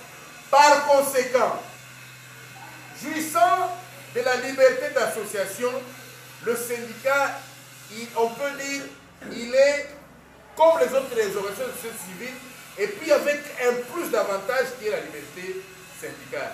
Si un syndicat se met ensemble avec les autres organisations de la société civile, ça s'appellera une ASBEL. Plusieurs syndicats à côté d'une organisation de société civile, ça s'appellera ASBEL, jamais syndicat. Donc le syndicat, ça devient une marque déposée exclusive pour les syndicats. On ne peut pas se permettre de signer un document pour dire que nous sommes des syndicats qui représentent les membres, mais parmi les signataires, il y a quelqu'un qui n'a pas la qualité de syndicat, qui est une ONG, jamais. Une structure qui regroupe les syndicats, pour agir chacun en tant que syndicat dans la structure, au nom de la structure, il faut que tous soient des syndicats. Il ne peut pas être, je ne sais pas quoi là, association des femmes, ou quoi là-bas, et puis vous signez un document avec les syndicats pour appeler les gens à la grève. C'est gravissime ça. C'est gravissime. Vous êtes un syndicat qui n'a pas de personnalité juridique, donc vous n'avez pas d'arrêté d'agrément. Vous appelez à la grève, on considère que c'est une grève sauvage. Une grève sauvage, c'est une grève qui n'est pas appelée par un syndicat. Ça va? Quand les travailleurs eux-mêmes se disent, bon, nous allons à la grève, ah, grève, grève, grève. Il n'y a aucun syndicat. Vous pouvez avoir raison ou pas. il n'y a aucun syndicat, on appelle ça grève sauvage. Ça va? Vous n'êtes pas un syndicat, vous êtes une ONG. Ou bien une ONG et un syndicat, vous signez un appel à la grève. C'est une grève sauvage parce qu'il y a un des signataires qui n'a pas la qualité que vous avez signé au nom de la structure, une structure qui ne peut pas être considérée comme ayant le pouvoir d'un syndicat. Voilà, donc c'est des choses qu'il faut connaître. J'ai un petit tableau là, je vais laisser ici. J'ai donné même le texte juridique de référence pour voir ONG, tout ça, c'est quoi. Alors, on peut... Est-ce que j'ai consommé 30 minutes scolaire? Ça, c'est en 2 points. Pour qu'un syndicat puisse subsister, il faut la démocratie, n'est-ce pas? Et la démocratie, on dit, la démocratie, c'est ça même, le sang qui circule dans les veines d'un syndicat. Si le syndicat était considéré comme une personne et que cette personne là-bas devait avoir du sang dans ses veines, ce sang là-bas s'appellerait la démocratie. Alors, pour que cette démocratie puisse vivre, on appelle Assemblée générale. Qu'est-ce qu'on appelle Assemblée générale? En principe, Assemblée générale, c'est une réunion de tous les membres. Tous les membres, alors tous les membres. C'est ce qu'on appelle Assemblée générale. Maintenant, il y a certaines personnes qui ont essayé, par souplesse, de parler de l'Assemblée générale à un certain niveau en déterminant quelles sont les personnes qui doivent être là, dans cette Assemblée. Tout compte fait, une Assemblée générale doit avoir la plus grande représentativité possible. Vous êtes décidé qu'il n'existait qu'à Kinshasa. Vous voulez prendre une décision de Kinshasa. Vous êtes dans toutes les écoles. Au moins une personne dans chaque école doit faire partie de l'Assemblée générale pour qu'elle puisse être régulière. Comprenez? Alors, quand on parle de l'établissement scolaire, les membres, parce que l'établissement scolaire c'est petit, tous les membres du syndicat doivent être actifs au sein du syndicat. En principe, par trimestre, au moins, vous devez avoir une réunion. Maintenant, pour administrer le syndicat, il faut créer ce qu'on appelle le comité de base. C'est là qui administre le syndicat au quotidien. Et au sein du comité, il y a un bureau qui travaille de façon permanente. C'est-à-dire, nous avons l'Assemblée générale, c'est tous les membres. Imaginez que l'école a 50 personnes. 30 personnes sont dans le syndicat. Donc, l'Assemblée générale compte 30 membres. Vous devez avoir une liste de ces membres-là. Ce n'est pas par hasard, vous dites, oh, les membres, venez, n'importe qui se présente. Comme j'ai vu, on avait une activité, quelqu'un est allé sensibiliser les membres, il dit, venez, on va donner les transports. Et les gens sont venus. Quand on demande de remplir la liste de présence, quelqu'un qui n'est pas du syndicat, il signe le nom de son syndicat. On dit non, ça ne te concerne pas. L'Assemblée, ce sont des gens, vous donnez des invitations avec l'ordre du jour. Ils viennent aux réunions. À part l'Assemblée, nous avons dit comité. Comité de base. Le comité de base se réunit au moins une fois par mois. Et puis nous avons le bureau au sein du comité de base. Et voilà comment les syndicats doivent être administrés au niveau de l'établissement scolaire. Et le principe, c'est le principe d'organisation. L'organe ici, c'est un organe délibérant. C'est-à-dire, il prend des décisions. Et puis, l'autre, c'est l'organe exécutif qui exécute des décisions, d'une façon ou d'une autre. Alors, nous allons terminer par les finances. Pour que le syndicat puisse fonctionner, il faut l'argent. L'argent, ce n'est pas l'argent des CECOPE. C'est l'argent des cotisations des membres, sans lequel on ne peut pas prétendre parler du syndicat. Pour qu'on fasse ce qu'on est en train de faire, même si je triche là, je n'ai pas encore vu. On est en train de faire dehors là-bas. Pour qu'il y ait une bouteille d'eau sur la table, la clé, il faut de l'argent. L'argent là-bas, on ne demande pas l'argent de vous seulement, vous ne saurez jamais. Il faut avoir beaucoup de membres. Le syndicat, c'est une question de membres. S'il n'y a pas de membres, il ne peut pas parler syndicat. Je vous ai dit, nous serions sur une balance et l'employeur avec tout son poids se retrouverait d'un côté et que de l'autre côté, nous devons être suffisamment nombreux pour faire l'équilibre. Sinon, la balance sera toujours comme ça. Alors, pour que nous puissions être nombreux, ça ne demande pas que tout le monde soit là tous les jours. C'est en fait une question de motiver ceux qui sont dans les comités, de leur donner les moyens nécessaires pour pouvoir administrer convenablement le syndicat. Et pour avoir ces moyens là-bas, la loi reconnaît de donner la cotisation syndicale. J'ai une loi, loi je crois de Mobutu de 1971, où il avait écrit pour dire que tout agent doit donner 1% de sa rémunération. J'ai ça. Je vais mettre ça en ligne. 1%, si tu as 350 000 francs, c'est 3 500. Mais on peut faire des arrangements, d'autant plus qu'il y a, on coupe SENSAP, on coupe ceci, pour ne pas avoir des problèmes. On dit non, vous donnez 1000 francs par mois. C'est pas ça. Imaginez que nous avons 1000 personnes. C'est qu'on aura 1 million de francs chaque mois. 1 million de francs, c'est pas n'importe quoi. Hein? C'est beaucoup d'argent pour commencer. Avec 1 million de francs, on peut signer des activités pour augmenter le nombre d'adhérents de manière à en avoir 1 milliard.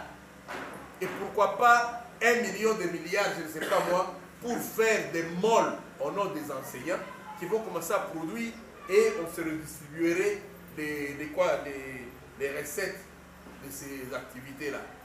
Je suis allé au Canada, j'ai trouvé il y a des molles pour les enseignants. Au lieu d'attendre 65 ans pour aller en retraite, il prend sa retraite un peu avant parce que tu restes à la maison, tu as les petits riens de SENSAP et puis le syndicat te donner de l'argent.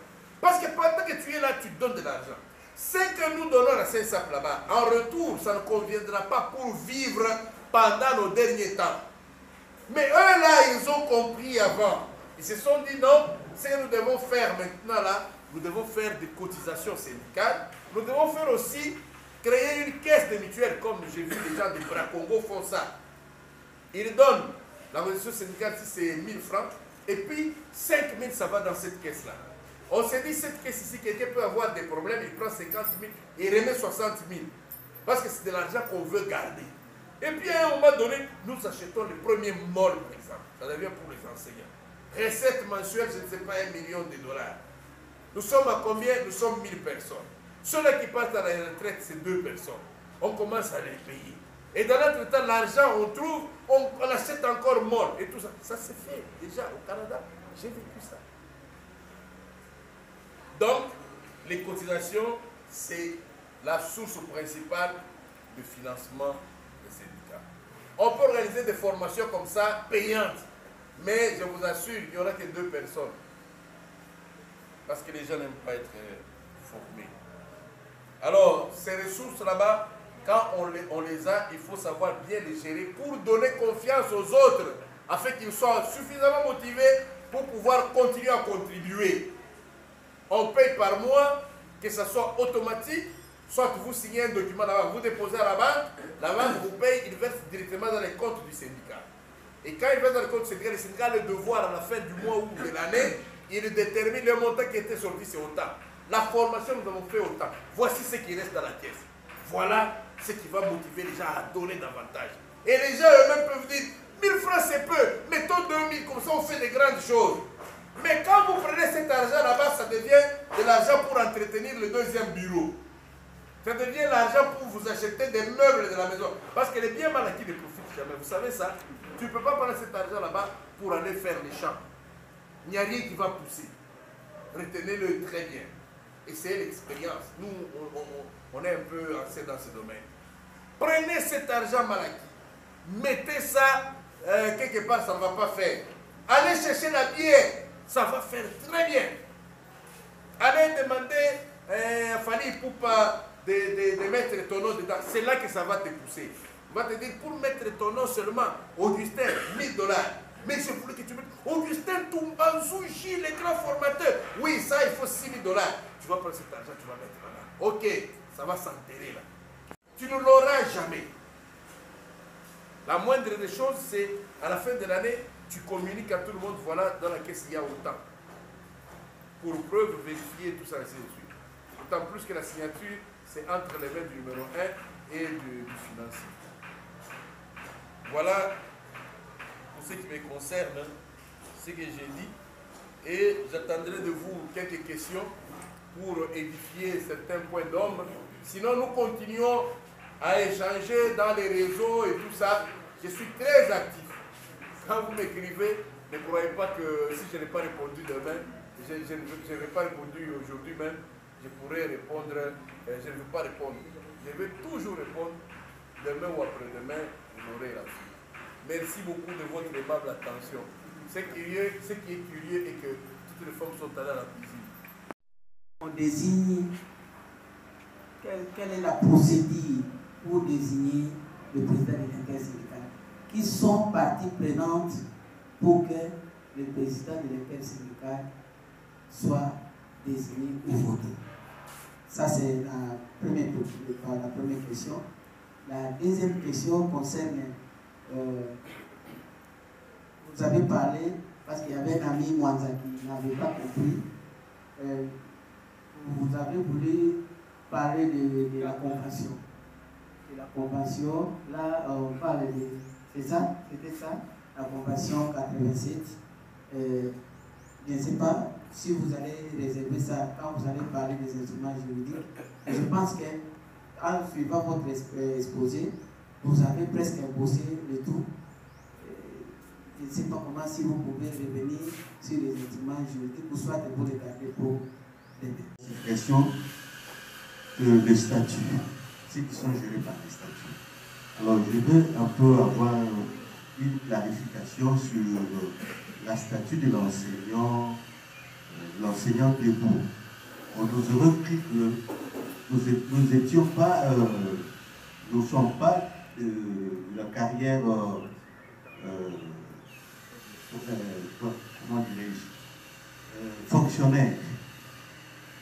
En disant, nous sommes des agents. Alors, quelle est la différence? Quelle est la statut de l'agent de l'agent de l'État et quel est la vraie statut de fonctionnaire public? C'est là où se situe ma préoccupation. Première question. Je vous ai dit que sur le plan juridique, il y a 4 catégories de travailleurs et que c'est les 2 catégories, 2e et 3e qui nous concernaient parce qu'il s'agissait de ceux qui sont régis par les statuts et ceux qui sont régis par le Code du travail. Alors la première catégorie, c'est ceux qui sont régis par la Constitution. Là-bas, on ne parle même pas de syndicats. Moi, je n'ai pas encore entendu parler du syndicat des présidents de la République ou du syndicat des députés nationaux. Maintenant, en ce qui concerne la 4e catégorie, je vous ai dit que c'est généralement ceux qui sont dans ce qu'on appelle l'économie informelle. C'est-à-dire des gens qui ne sont pas très bien reconnus, ils ne payent pas les taxes ils sont en l'air. Pour pouvoir les retrouver, c'est difficile. Mais nous, en tant que syndicat, parce que partout où il y a un travailleur, nous devons nous assurer qu'il y a un travail décent. Il y a un dialogue, si possibilité, il y a qui est en bonne marche.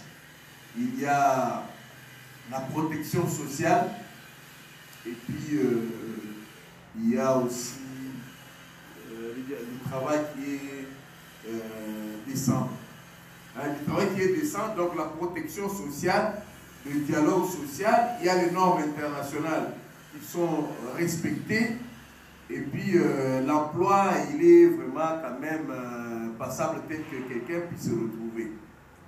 Alors, cette catégorie-là, la 4e, c'est, j'ai donné des cas d'un motard qui est à la fois motard et propriétaire de la moto. C'est-à-dire lui-même, il est l'employeur, lui-même, il est le travailleur. Moi, je me demande, le syndicat va agir à quel niveau pour quelle relation. Néanmoins, il y a quelque part où il y a une dispute de compétences. J'étais à une réunion où il y en a qui sont venus pour représenter les employeurs. Ils ont dit que les taxis motos étaient leurs membres. Donc les propriétaires là. Et moi, je suis allé représenter les travailleurs. Moi, je considérais tout le monde comme travailleurs. Dans ce sens que les taxis motos ont généralement des problèmes qui sont dirigés vers le politique. Comment est-ce que nous pouvons les prendre en charge? et que ceux qui sont considérés comme employeurs, ils vont être dans le camp des syndicats d'employeurs. Mais par contre, les gens qui sont dans l'économie informelle, ils nous posent des problèmes, des disputes, des conflits, des compétences. Et puis, il y en a d'autres même, tu trouves quelqu'un là, il est en train de dire qu'il travaille avec sa femme et ses enfants. Donc, ses enfants ne peuvent pas se plaindre pour dire qu'il les paye mal, des choses comme ça. C'est des choses un peu très compliquées, telles que si vous vous opposez, vous leur imposez le code du travail, ça va faire, on va dire que ça ne peut pas régner. Nous sommes ici dans une économie de fortune entre membres de la famille. Il n'y a pas moyen d'intervenir. Donc ça, c'est la quatrième catégorie. Merci. Alors, en ce qui concerne les domaines d'intervention, je disais que c'est des domaines là où, quand vous entendez parler, on dit par exemple qu'on est en train de distribuer les vivres. Ah, donc on distribue les vivres, on ne me consulte pas en tant que syndicat. Pourquoi? Vous voyez un peu. Par exemple, on dit non, on a fait 5 jours de mise à pied à quelqu'un. Mais comment je ne suis pas informé? Donc, ces domaines là-bas, ce sont des domaines qui nous concernent directement en ce qui concerne le rôle que nous avons à jouer. Nous avons à jouer le rôle social. Donc, tout ce qui est social appartient à notre domaine. C'est ce que j'ai dit, les dimensions des syndicats, dimension sociale.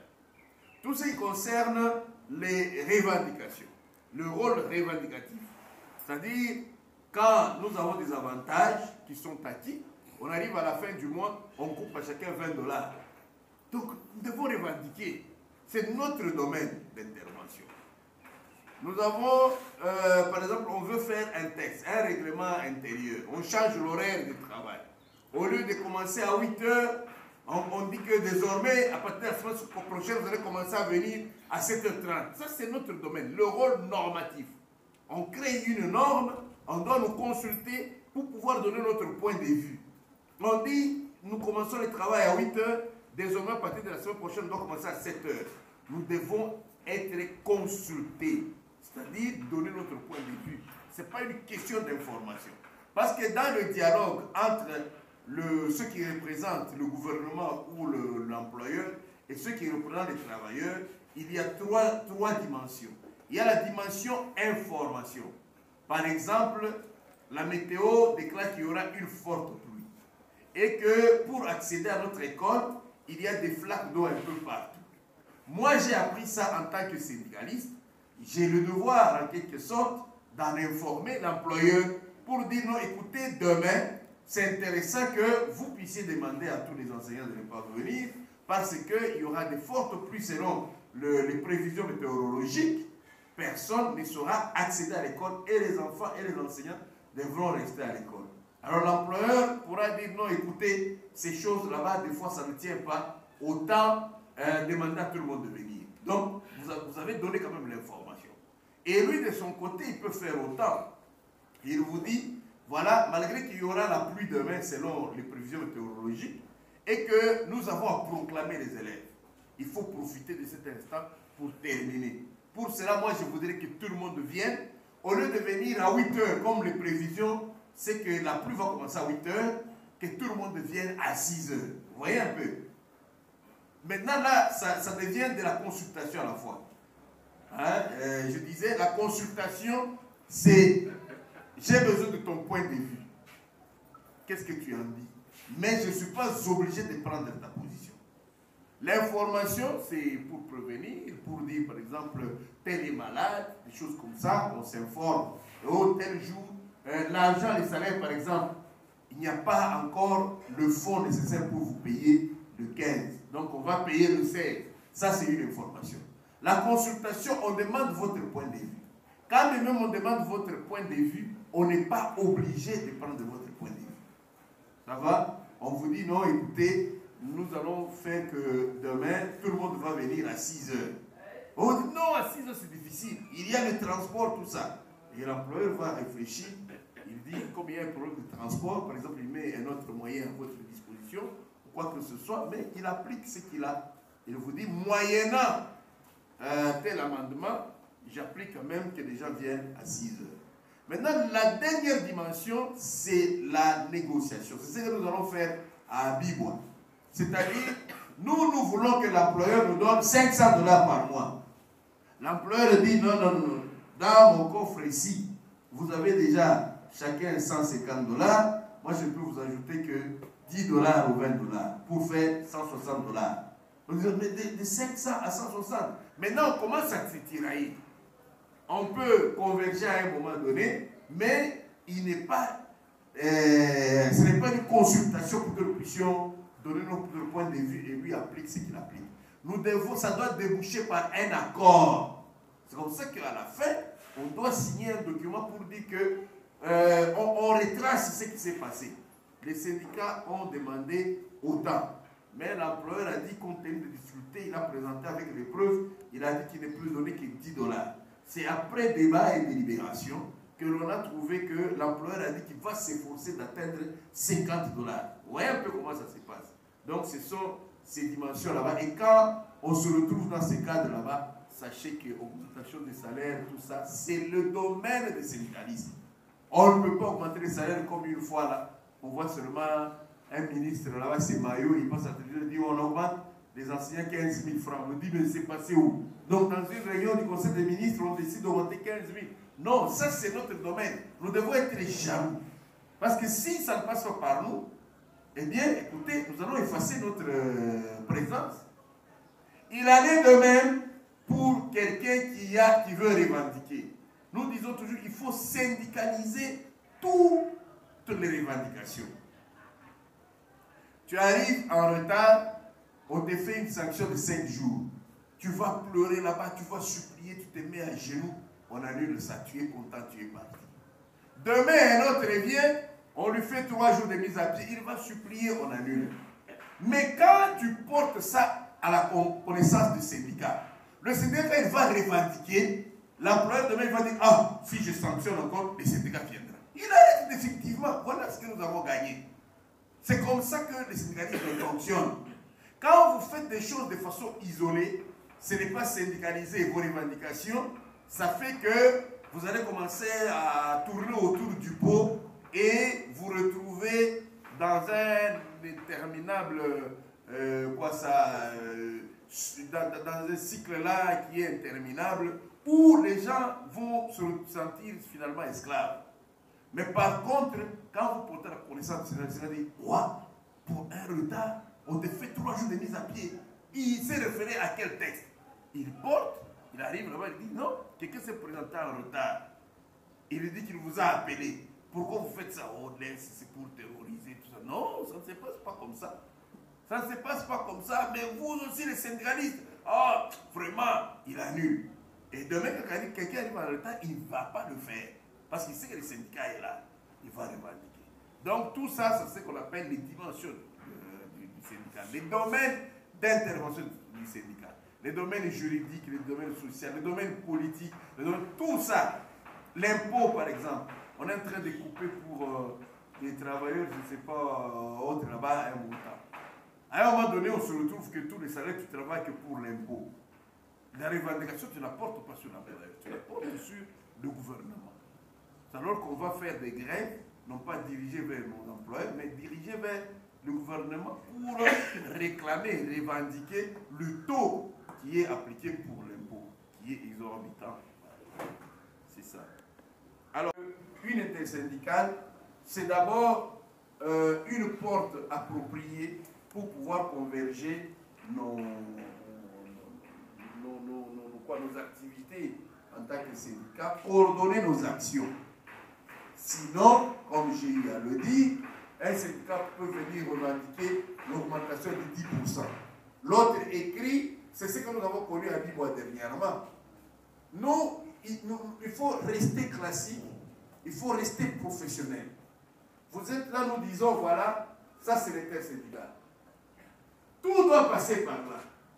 À partir du moment où un autre passe en dehors, pour le cas employeur, il interprète ça comme un désordre. Une occasion pour l'employeur de diviser pour régner.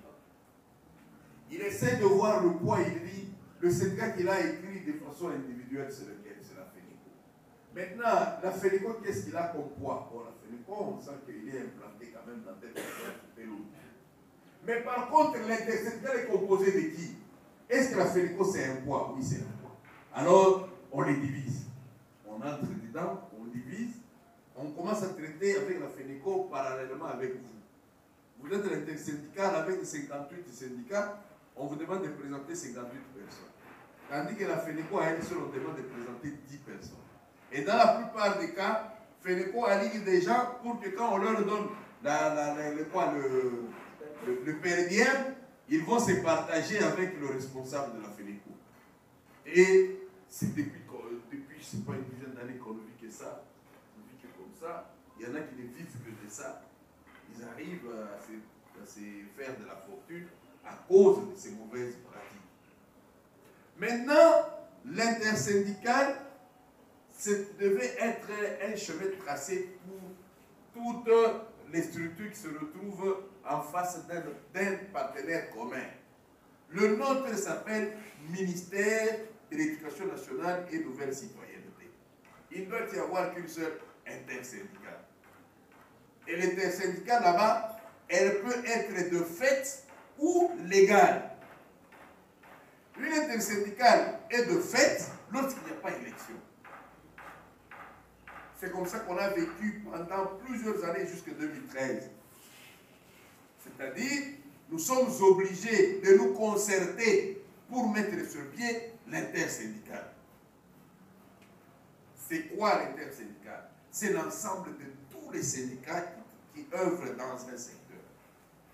Les syndicats actifs, qu'est-ce qui se passe avec notre ministère? C'est que quand les élections syndicales avaient commencé, ça avait commencé en 2009, ça s'est généralisé en 2013 au niveau des services centraux. En 2009, au ministère des Finances, il y avait, je ne sais pas, une quarantaine de syndicats. Et ça continue à naître tous les jours, une vingtaine là, à naître tous les jours.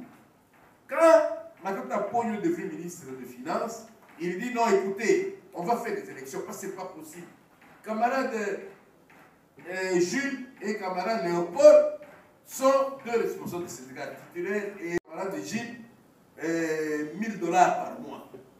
Maintenant, dans leur partage là-bas, ils se disputent. Gilles dit non, on a créé un pour que nous ayons $1000 parce que lui. C'est là où la brigade est née. Il y a 3 missions. La première mission, c'est comme nous venons d'apprendre tous ici. La première mission de la brigade, c'est de défendre les intérêts socio-professionnels des enseignants. Donc, ce qui est intérêt à l'enseigner, c'est là-bas, même si nous avons de bonnes relations avec vous, si les intérêts des enseignants sont menacés, là, on va attaquer. La deuxième mission, c'est de détecter et de dénoncer tout acte d'antivaleur dans notre sous-secteur de l'éducation. Parce que vous, les participants, vous devez retenir ça et expliquer aux autres, comme nous venons d'apprendre ici, c'est notre expert, un bon syndicaliste, c'est celui qui fait adhérer les autres dans l'organisation. Et la troisième mission consiste à, qui peut me rappeler? Accompagner les autorités. Voilà. Un syndicaliste n'est pas un ennemi de l'employeur. Un syndicaliste accompagne les autorités. Mais quel type d'autorité? Ce sont les autorités des valeurs. Les autorités qui ne se distinguent pas dans les antivaleurs. Si les intérêts des enseignants sont piétinés, vous verrez la brigade sur votre chemin. Quels sont les cas d'antivaleurs qu'on peut répertorier dans notre sous-secteur? Là, on peut passer directement. Parce que demain, je n'interviendrai pas. Demain, nous aurons 4 experts.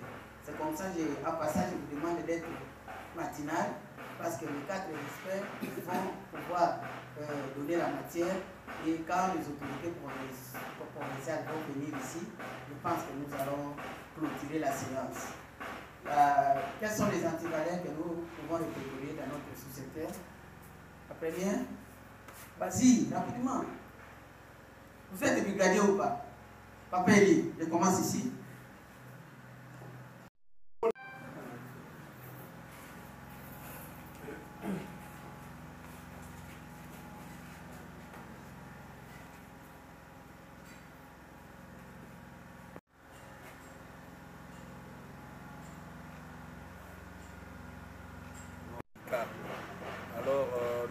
fait une brève sur l'historique du syndicalisme. Nous avons donné la définition, les missions et les buts du syndicat. Nous avons donné les rôles du syndicat. Nous avons classifié les syndicats. Nous avons donné les domaines d'intervention du syndicat. Et nous avons aussi parlé des choses importantes comme la différence entre un syndicat et toutes les autres organisations de la société civile. En quoi est-ce que le syndicat a des privilèges qui dépassent les bords des autres organisations pour permettre à nos amis d'être toujours à la hauteur de leurs tâches dans la mission qu'ils ont à accomplir dans le cadre de leur organisation. Voilà, merci. Je pense que vous avez déjà ramassé toutes les 2 questions que j'avais prévues pour vous. Comme ça. Tosali formation awa na bandeko ya biso ya Belka oyo topesi ba notion donc oyo eza essentiel pour que vous ayez ba syndicat eza nini. Alors topesi ba définition to lobby ndenge ni syndicat et bandaki to lobby pourquoi était nécessaire syndicat ezala. Topesi ba but to lakisi ndenge nini syndicat eza structuré, ba syndicat est jaune, syndicat régulier, syndicat champignon, syndicat parasite, mallette, ndoko nyonso wana tolobi yango. Et puis toke koloba ndenge nini domaine nini syndicat ezosala musala pour que soki makambo eleki comment oyebake makambo wana etali ngai en tant que syndicaliste. Tolobi vraiment na ndenge nini syndicat eza ONGT, syndicat eza ASBEL-T, mais syndicat eza organisation de société civile comme ASBEL, comme ONG, comme biloko nyonso tout. À la différence que syndicat eza na ba privilège. Tolobi vraiment makambo ebele to répondre à ma question oyo vraiment.